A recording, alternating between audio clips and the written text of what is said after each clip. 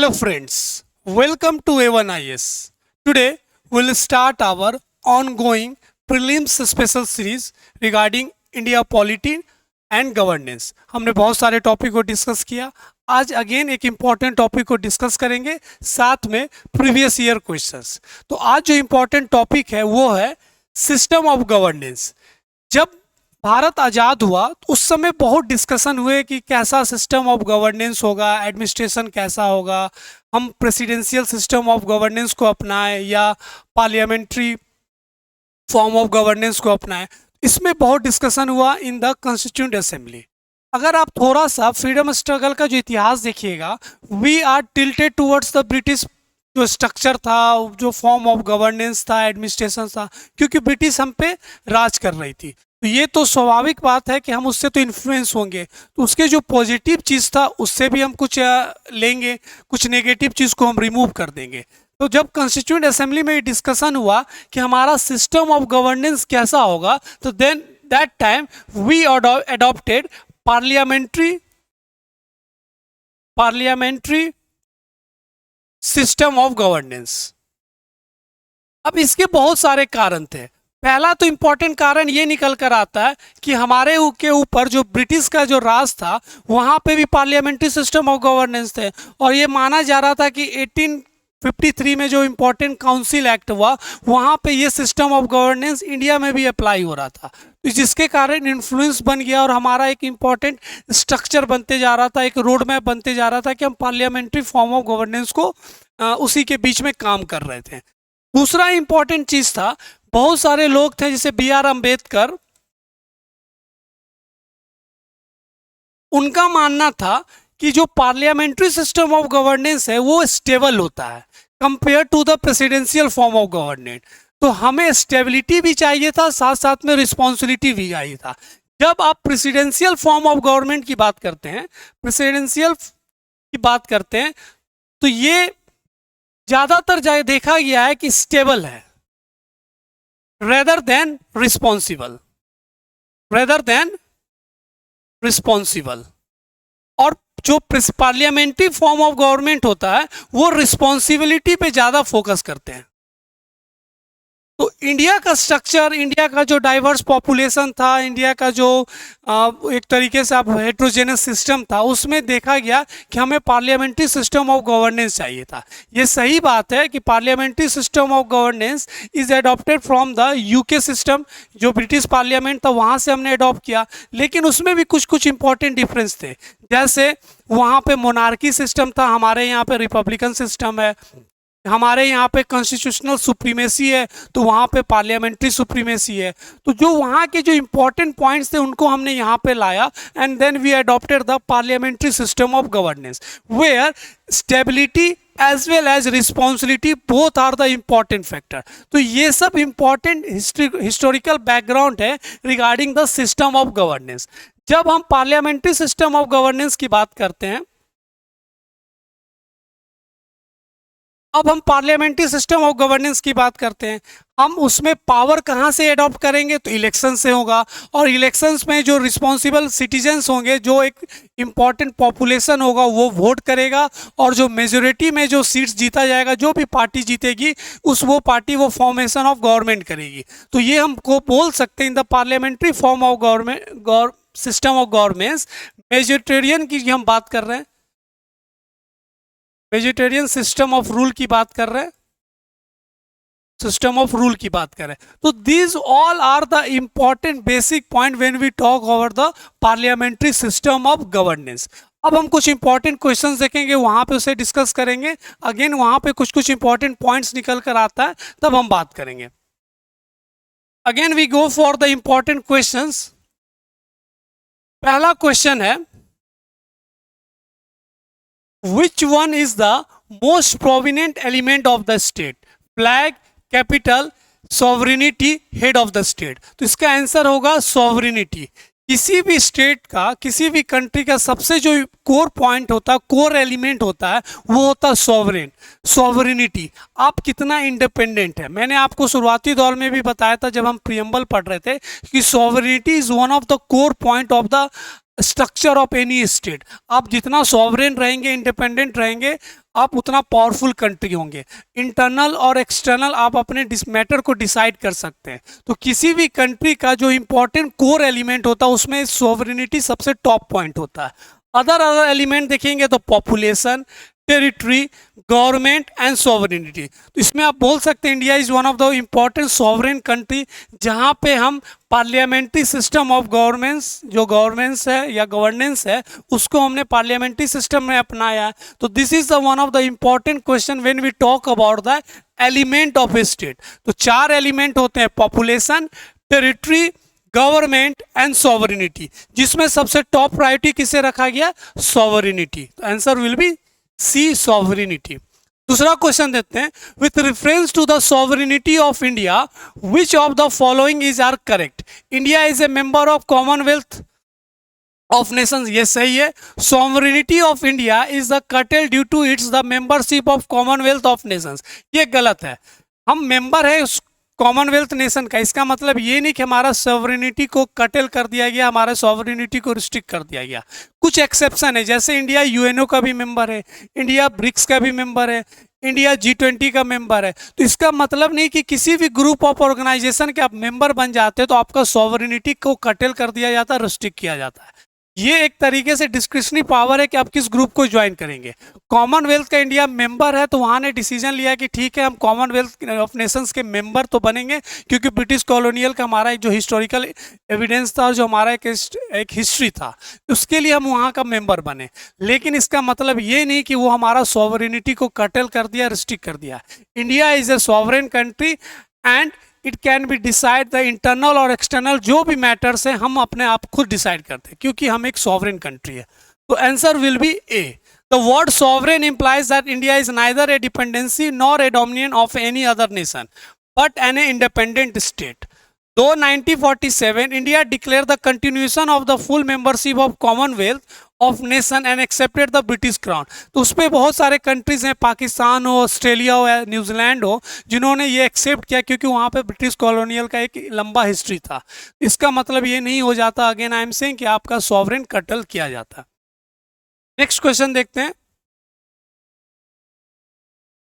Idea of the preamble has been borrowed in Indian constitution from the constitution of USA. हमने discuss किया था कि preamble is one of the important part of the constitution, एक preface है, एक identity card of the constitution है। तो भारत ने कहाँ से बोरो किया था? यूएसए से बोरो किया था, और उसमें कुछ चेंजेस किया, जैसे यूनाइटेड स्टेट्स में फेडरेशन ऑफ द स्टेट्स की बात की गई है, लेकिन यूनियन, भारत में यूनियन ऑफ द स्टेट्स की बात की गई है।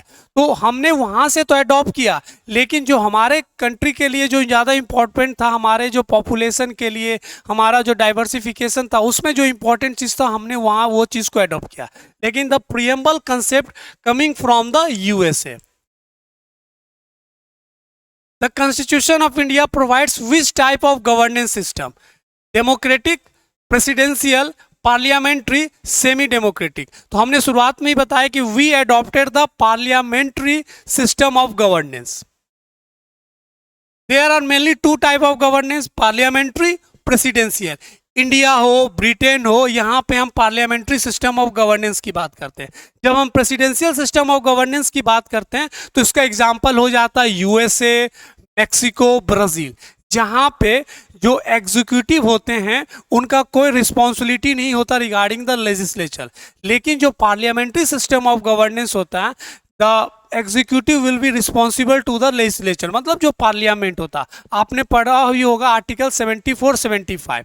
तो सेंटर हो या स्टेट हो, we adopted the parliamentary system of governance where executive is responsible to the legislature और पार्लियामेंट। लेकिन जो प्रेसिडेंशियल सिस्टम ऑफ गवर्नेंस होते हैं, वहाँ पे जो एग्जीक्यूटिव होते हैं वो रिस्पॉन्सिबल नहीं होते लेजिस्लेचर के और पार्लियामेंट के। तो ये बेसिक डिफरेंस है between the parliamentary system of governance और presidential system of governance. In the parliamentary system of government, in the next question, judiciary control executive गलत, executive control judiciary गलत, executive control legislature गलत, legislature control executive। मैंने बोला भी था कि executive responsible होता, तो हम कह सकते हैं जो पार्लियामेंट है वो एक तरीके से कंट्रोल करता है एग्जीक्यूटिव का, इसलिए कंट्रोल करता है कि डिक्टेटरशिप ना आ जाए। अगर आपके हर रिस्पॉन्सिबिलिटी, आपके हर एक्ट को कोई चेक एंड बैलेंस करेगा, एग्जीक्यूटिव को कोई जो चेक एंड बैलेंस करेगा वो कौन करेगा? पार्लियामेंट करेगा, जो लेजिस्लेचर रहता। For that reason the answer will be D, legislature control executive. In the parliamentary system of government is one in which option are all political parties in parliament are represented in government, all political parties are in the parliament are represented in the government। गलत। अब देखे होंगे जितने political parties है, अभी अगर हम Modi government की बात करते हैं तो जो गवर्नमेंट की बात करते हैं तो सारे पॉलिटिकल पार्टीज का तो रिप्रेजेंटेटेड नहीं है गवर्नमेंट में, तो इसके से भी आप गलत मान सकते हैं। The government which responsible to the parliament and can be remove by it, the government is responsible to the parliament और legislature and can be remove, ये तो सही ऑप्शन लग रहा। बाकी ऑप्शंस देखते हैं। The government is elected by the people can be remove bye them, ये गलत है क्योंकि हम इनडायरेक्ट डेमोक्रेसी की बात करते हैं। हम अपने रिप्रेजेंटेटिव तो भेजते हैं, लेकिन जब अगर हमें गवर्नमेंट को रिमूव करना हो, नो कॉन्फिडेंस मोशन लाना हो, तो हम लोकसभा में लाते हैं और वही रिप्रेजेंटेटिव उसे वोटिंग करते हैं और रिमूव करते हैं। तो वहाँ पे पीपल का कोई पार्टिसिपेशन नहीं रहता जब हम रिमूव की बात करते हैं। जब हम इलेक्शन की बात करते हैं, इलेक्टेड की बात करते हैं, तो पीपल का बहुत इंपॉर्टेंट रोल प्ले करता है। पीपल्स इलेक्टेड देयर रिप्रेजेंटेटिव्स, और जो उसमें मेजोरिटेरियन रोल होता है वो वहाँ पे सरकार बनाती है। जब रिमूव की बात करते हैं, अगर वो वहाँ पे सपोर्ट अगर उनका कम हो जाता है तो वहाँ के रिप्रेजेंटेटिव वोटिंग्स होता है वो रिमूव कर सकते हैं। तो दिस ऑप्शन इज ऑल्सो गलत। The government is chosen by the parliament but cannot be remove it before the completion of fixed term, ये भी गलत। तो answer will be B.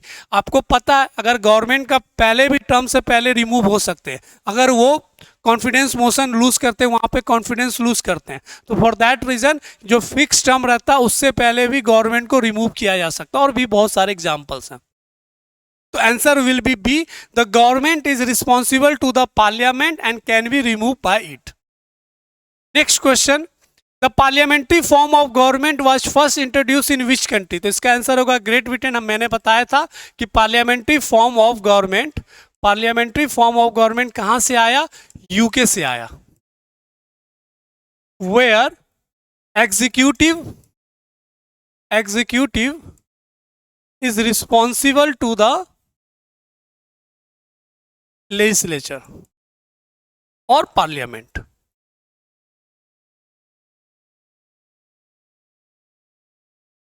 In parliamentary system is different from the British parliamentary system in India has both a real and nominal executive।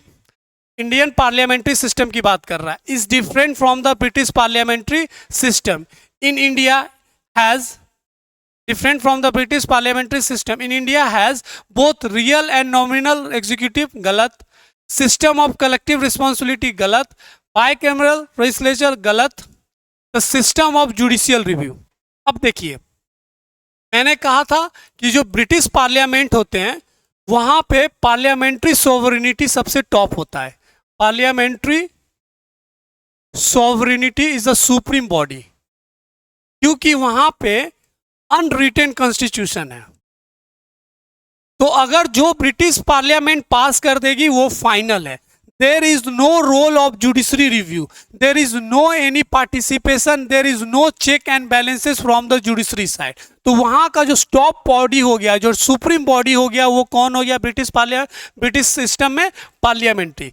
जब हम Indian system की हम बात करते हैं, यहां पे कॉन्स्टिट्यूशन हमारा सुप्रीम है। कॉन्स्टिट्यूशन हमारा सुप्रीम है।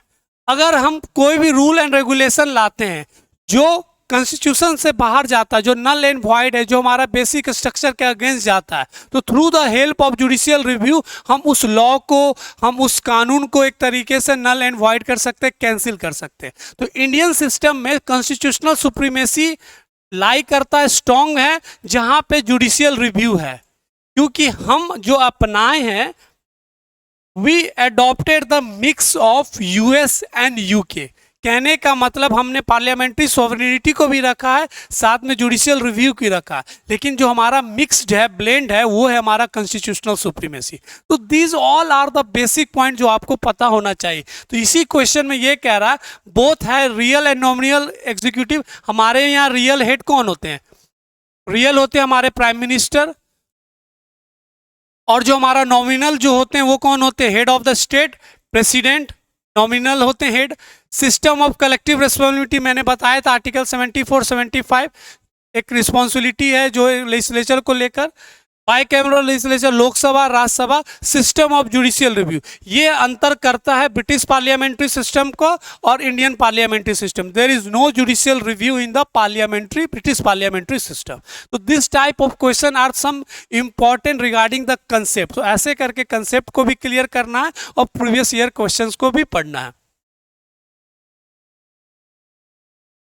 Now moving forward, which of the following is not the feature of Indian constitution? Parliamentary government हमारा फीचर है, प्रेसिडेंशियल हमारा नहीं है, इंडिपेंडेंट ऑफ जुडिशरी हमेशा बात किया जाता है कि judiciary is independent, and federal government, हमने भी फेडरलिज्म और फेडरल स्ट्रक्चर पढ़ा है, तो हमारा जो इसका आंसर होगा प्रेसिडेंशियल, क्योंकि हमने पार्लियामेंट्री फॉर्म ऑफ गवर्नमेंट को अपनाया है। Next question, which of the following is incorrect about the Indian political system? Secular state है क्योंकि आपने प्रियम्बल में ही पढ़ा है, पार्लियामेंट्री सिस्टम ऑफ गवर्नमेंट ये भी सही है, फेडरल पॉलिसी ये भी सही है, प्रेसिडेंशियल सिस्टम ऑफ गवर्नमेंट, तो आंसर विल बी डी, क्योंकि पूछ रहा है इनकरेक्ट, क्योंकि प्रेसिडेंशियल फॉर्म ऑफ गवर्नमेंट नहीं है हमारे यहाँ, लाइक यूएसए में है, मेक्सिको में है, ब्राजील में। There is a parliamentary system of government in India because the Lok Sabha is elected directly by the people, parliament can amend the constitution, सही है, Rajya Sabha can not be dissolve, ये भी सही है, council of minister is responsible to the Lok Sabha. मैंने आपको बताया था कि हम पार्लियामेंट्री सिस्टम ऑफ गवर्नेंस की जब भी बात करते हैं, पार्लियामेंट्री सिस्टम ऑफ गवर्नेंस कि जब बात करते हैं तो हमने स्टार्टिंग में ही बताया कि हम ये क्यों अडॉप्ट किए, उसके भी कुछ इंपॉर्टेंट कारण है। ब्रिटिश कॉलोनियल एक फैक्टर था, हमारे यहाँ डाइवर्सिफाई पॉपुलेशन था जिसके कारण हम डिफरेंट रिप्रेजेंटेशन भेजना चाहते थे, जहाँ हमें स्टेबिलिटी और रिस्पॉन्सिबिलिटी दोनों चाहिए था। ये सब कारण थे जिसमें हमने पार्लियामेंट्री सिस्टम ऑफ गवर्नेंस को अपनाया। अब कुछ इंपॉर्टेंट फैक्टर्स होते हैं जो इंपॉर्टेंट फीचर्स हैं और पार्लियामेंट्री सिस्टम ऑफ गवर्नेंस, जिसमें रियल एंड नॉमिनल एग्जीक्यूटिव की हम बात करते हैं। ये इंपॉर्टेंट फीचर्स किसके होते हैं? पार्लियामेंट्री सिस्टम में। हमारा रियल कौन हो जाएंगे? प्राइम मिनिस्टर, क्योंकि हेड ऑफ द गवर्नमेंट कौन होता है? Prime minister. When we talk about the head of the state, जो नॉमिनल होते हैं वो कौन होते हैं? प्रेसिडेंट। तो ये एक इंपॉर्टेंट फैक्टर है।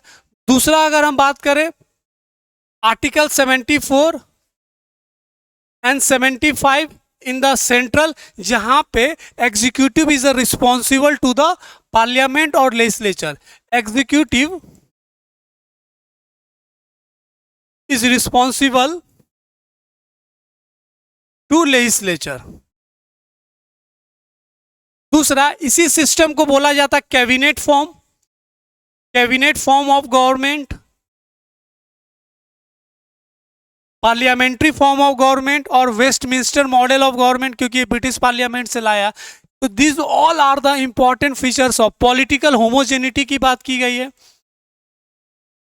पॉलिटिकल होमोजेनिटी की बात की गई है, क्योंकि जो मेजोरिटेरियन रूल ऑफ गवर्नमेंट है कि जैसे जो मेजोरिटी में पावर में आई जो भी पार्टी हो या कॉलिशन में जो भी सबसे ज़्यादा सीट्स ज़्यादा लेके आती है वो गवर्नमेंट बनाती है। अब जो आइडियोलॉजिकल जो भी मिनिस्टर्स बनते हैं उनका एक पार्टी के साथ और गवर्नमेंट के साथ एक सेम आइडियोलॉजिकल होता। अगर कॉलिशन में भी बनता तो कंसेंसस में जाते हैं कि हमारा जो आइडियोलॉजी है और गवर्नमेंट का आइडियोलॉजी है वो लगभग कंसेंसस में रहेगा, जो डोमिनेट करेगा, जो कंसेंसस में बात करेंगे उसी आइडियोलॉजी को हम फॉलो करेंगे। तो this all are the important features of the parliamentary system of governance, जिसमें पॉलिटिकल होमोजेनिटी की हम बात करते हैं। तो this all are the important points जो आपको याद रखना है when we talk about the parliamentary system of governance.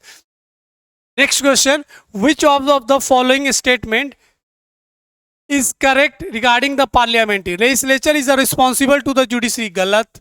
Legislature is responsible to the executive. Executive is responsible to the legislature. Statement उल्टा लिखा हुआ, तो ये भी statement गलत है. President is responsible to the judiciary. ये गलत. Legislature and executive are independent. ये गलत. ऑप्शन हो जाएगा ई. देखिए कुछ इंपॉर्टेंट फीचर्स है जो हमने भी डिस्कस किया. Executive is responsible to the legislature, जो यहाँ पे उल्टा लिखा हुआ है. मेजोरिटी पार्टी रूल, जो मेजोरिटी में आएगी वही गवर्नमेंट फॉर्म करेगी, और वो पावर हम कहाँ से आता है, हमें इलेक्शन से आता है. कलेक्टिव रिस्पॉन्सिबिलिटी की बात की गई है. नॉमिनल एंड रियल एग्जीक्यूटिव की बात. पॉलिटिकल होमोजेनिटी है, जो अभी मैंने बात किया. डबल मेंबरशिप, जो मिनिस्टर होंगे और जो लेजिस्लेचर होगा. जो मिनिस्टर होगा वो भी मेंबर ऑफ पार्लियामेंट होंगे, जो लेजिस्लेचर होगा वो भी मेंबर ऑफ पार्लियामेंट है. तो अगर उसी लेजिस्लेचर में से कोई मेंबर मिनिस्टर्स बनता है तो वहाँ पे हम डबल मेंबरशिप की बात कर रहे हैं. मिनिस्टर का भी मेंबरशिप रहेगा और हम लेजिस्लेचर या पार्लियामेंट का मेंबरशिप की बात करें तो there is a double membership.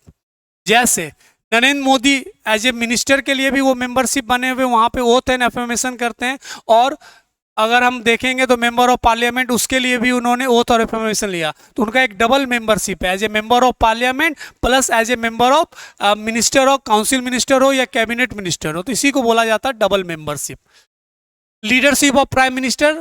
Dissolution of the lower house, अगर समय पूरा हो जाए या किसी भी पार्टी का अगर वेजिटेरियन या हो या कॉन्फिडेंस लूज हो जाए तो हम डिसोल्यूशन ऑफ लोअर हाउस कर सकते हैं.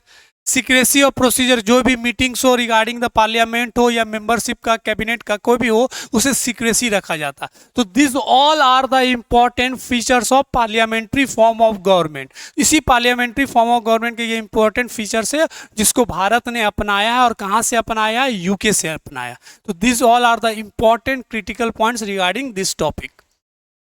Moving forward, out of the following statement, choose one that bring out the principle underlying the cabinet form of government.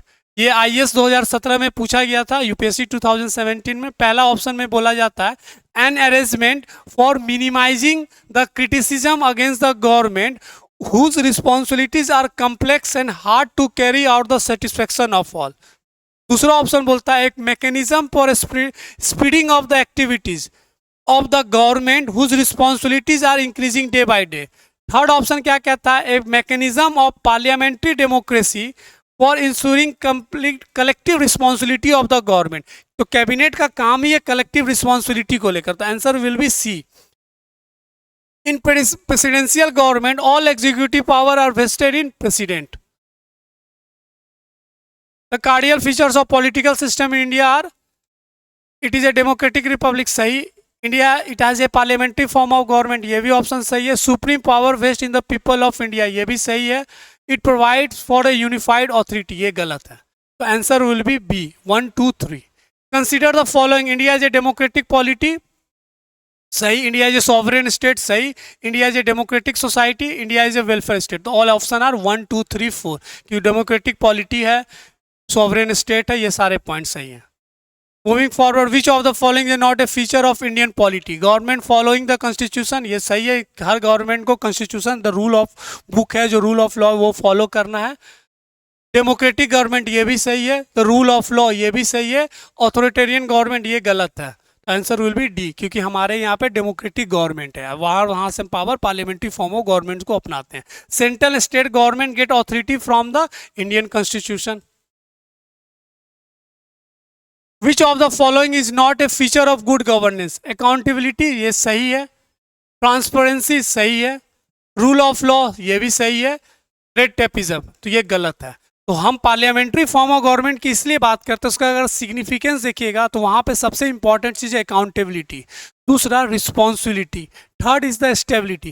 कभी कभी क्रिटिसाइज भी किया जाता है कि parliamentary form of government is not stable जितना प्रेसिडेंशियल फॉर्म ऑफ गवर्नमेंट है. लेकिन अगर हम Indian parliamentary form of government का बात करते हैं तो यह माना जाता है कि compare to other parliamentary form of government, Indian parliamentary form of government is a stable one.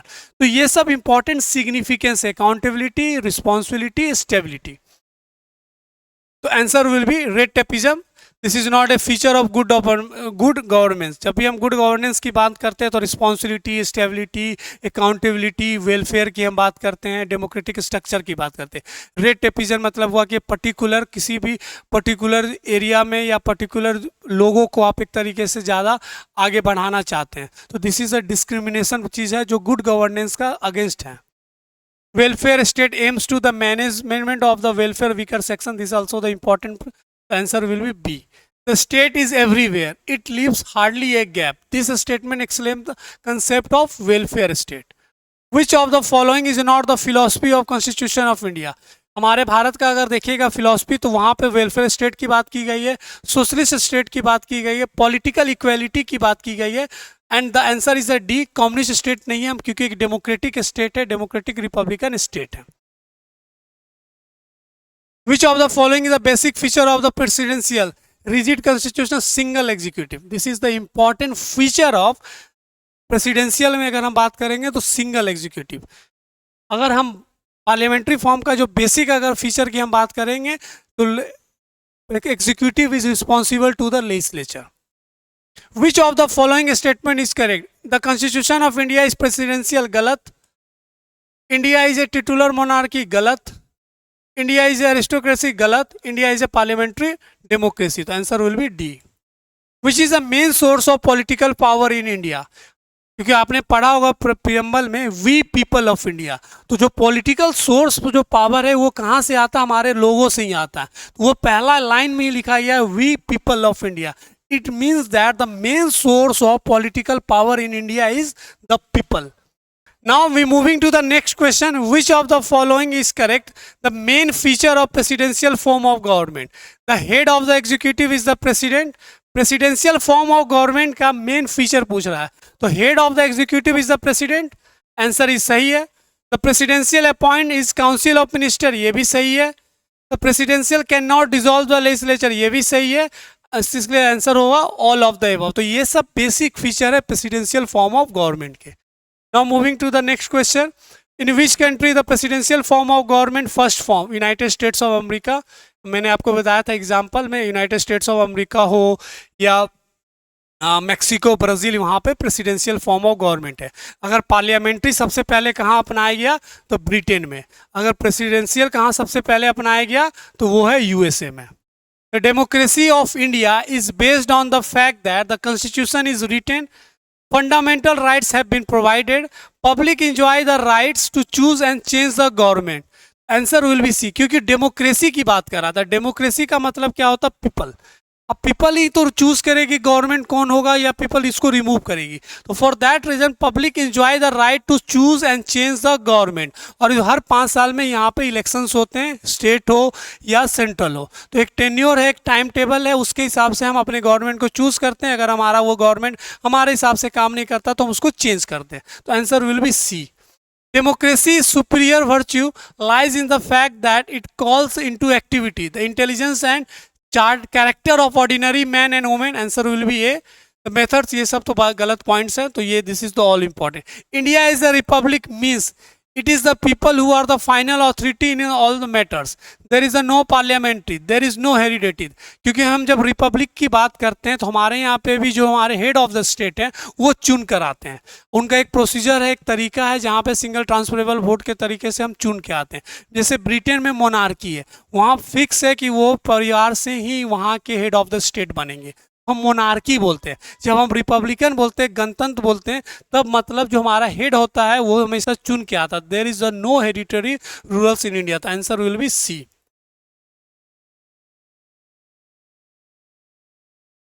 ये सब ऐसी क्वेश्चन है, आपने भी जितना मैंने पढ़ा सब उसी को फैक्टर्स को लेकर है। विच of the following not the federal feature of the distribution of power, ये फीचर है। इंटायरली रिटन कॉन्स्टिट्यूशन, ये भी है। सिंगल सिटीजनशिप, ये फेडरल फीचर का पावर, ये वो स्टेटमेंट नहीं है। सिंगल सिटी, इंडिपेंडेंट जुडिशरी, तो which is not A federal feature of Indian constitution. तो आंसर विल बी सी। तो वैसे करके फेडरल सिस्टम की बात किया गया, तो आंसर इज 1 2। तो बेसिक सब क्वेश्चन है क्योंकि हमने सारे बेसिक टॉपिक को डिस्कस कर लिया। Which of the following characteristics is not true for the unitary form of government? Unitary form ideal for the large country, तो ये गलत है। ऐसा नहीं है कि जो लार्ज कंट्रीज है वहाँ पे ये यूनिटरी कैरेक्टरिस्टिक्स को तरीके से सही नहीं। तो this all are the important जो हमने सारा डिस्कस किया। Who propose the party less democracy in India? तो answer will be C and D, Mahatma Gandhi and Jayaprakash Narayan. दोनों पार्टी लेस डेमोक्रेसी को बढ़ावा देते थे। उनका मानना था जितने पार्टी कम होंगे वो स्ट्रॉन्ग वहाँ पे डेमोक्रेसी तरीके से लाई करेगा। तो this all are the important previous year question where we had discuss the basic concept, जहाँ पे हमने पार्लियामेंट्री सिस्टम ऑफ गवर्नेंस पढ़ा और उसके प्रीवियस ईयर क्वेश्चन को डिस्कस किया। नेक्स्ट क्लास में हम कुछ इंपॉर्टेंट टॉपिक्स को पढ़ेंगे and then we discuss the previous year. अच्छे से पढ़िए, मिलते हैं नेक्स्ट वीडियो में। Thank you.